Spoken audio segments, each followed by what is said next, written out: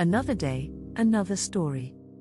When a historic fire roared over more than 3 million acres in Montana, Idaho, and Washington, the U.S. Forest Service called for suppressing all fires.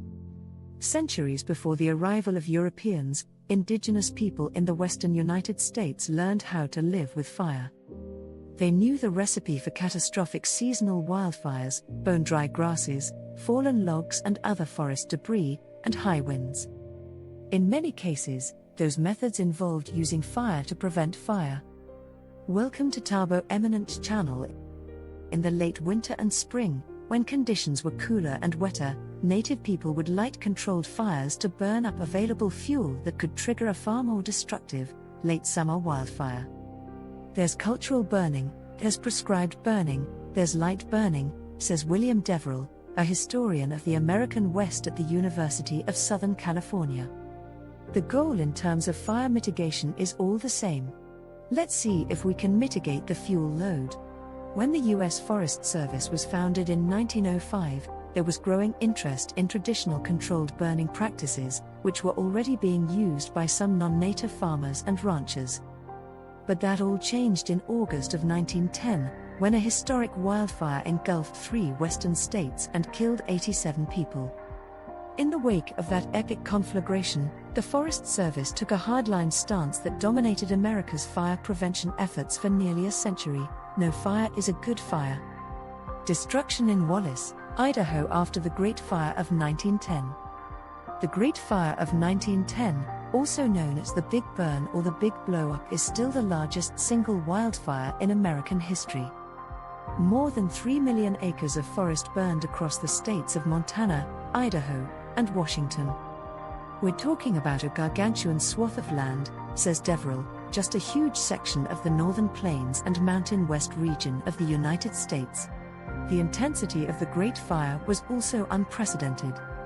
On August 20th, dozens of small wildfires in drought-stricken Idaho and Montana were whipped into a frenzy by 70-mile-per-hour winds. Tornado-like plumes of flame raced across the treetops. The forests staggered, rocked, exploded and then shriveled under the Holocaust, wrote Betty Goodwin Spencer, an Idaho writer who witnessed the fire. Great red balls of fire rolled up the mountainsides. The U.S. Forest Service, which had only been operational for 5 years, did everything it could to control the blaze, deploying 4,000 soldiers to assist thousands of firefighters on the ground. Entire towns like Wallace, Idaho were leveled by the wildfire and 87 people died, including 78 firefighters. Smoke from the Great Fire darkened the skies as far away as New England. The American public was shocked by the death and destruction wrought by the Great Fire, and politicians demanded to know how such a massive blaze was allowed to rage uncontained. Defenders of the fledgling Forest Service said that the tragedy could have been avoided if the agency had more funding and more manpower. Congress responded by doubling the Forest Service's budget. In the aftermath of the Great Fire, Forest Service leadership adopted a strict policy of total fire suppression. The only way to prevent a catastrophic wildfire was to extinguish small fires quickly and completely. That meant more firefighters, more equipment and better training. There were calls for more research into traditional methods of controlled burns or light burning, but the Forest Service dismissed the practices as dangerous.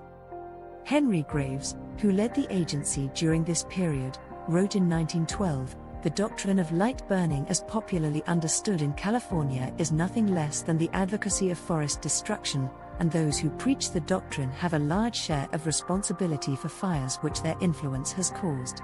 A war on fire. In the wake of the Great Fire, fire in all of its forms was cast as the enemy of man. The firefighters who lost their lives in 1910 were hailed as fallen heroes. To defeat wildfires for good, America was prepared to wage a full-scale war on fire. Over the next decades, the Forest Service was directed by 3 chiefs who had personally fought the Great Fire. They brought a military mentality and efficiency to the task of wildfire suppression, building access roads, erecting watchtowers and deploying thousands of men serving in the Depression-era Civilian Conservation Corps.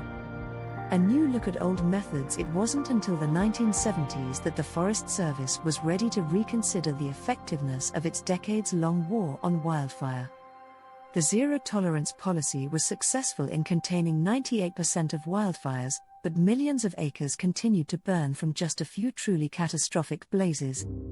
As indigenous people had long known, new research confirmed that fire played a positive role in many western forests. Periodic wildfires, if left to burn in non-populated areas, reduced the overall fuel load and slowed the spread of future fires. In recent decades, the Forest Service has continued to adapt its let-burn policies to contend with climate change and exurban sprawl, the encroachment of homes into wild spaces. For his part, Smokey Bear has also changed his thinking on the inherent danger of fire. In 2001, Smokey Bear's motto changed, says Deverell. It went from "only you can prevent forest fires" to "only you can prevent wildfires." That reflects a tacit understanding on the part of the Forest Service that not all fire is bad fire. The Great Fire of 1910, also known as the Big Blowup, was a pivotal moment in the history of wildfire management in the United States. Spanning northeastern Washington, northern Idaho, and western Montana, it burned more than 3 million acres in just 2 days, killed at least 86 people, and destroyed entire towns. This catastrophic event profoundly influenced U.S. forest management and wildfire suppression policies. Key impacts on U.S. wildfire management. Catalyst for federal firefighting policy. The fire underscored the need for a national strategy to combat wildfires. At the time, the U.S. Forest Service was newly established, 1905, and struggling to define its role and secure funding. The 10 a.m. policy. In response to the devastation, the Forest Service adopted an aggressive fire suppression strategy. This included the 10 a.m. policy, established in the 1930s, which aimed to extinguish all wildfires by 10 a.m. the day after they were reported. Firefighters as a permanent workforce. The Great Fire demonstrated the need for a dedicated and trained firefighting workforce. This led to the establishment of organized fire crews, training programs, and later, the creation of specialized groups like the Civilian Conservation Corps, CCC, during the 1930s, which focused on forest management and fire suppression. Technological advancements. Over time, the lessons of the Great Fire influenced the development of firefighting tools and techniques, from aerial firefighting using planes and helicopters to more sophisticated communication and coordination systems. Controversies and legacy. While the aggressive suppression tactics born from the Great Fire were effective in the short term, they also contributed to unintended consequences, such as the buildup of fuel loads, deadwood, brush, etc., in forests.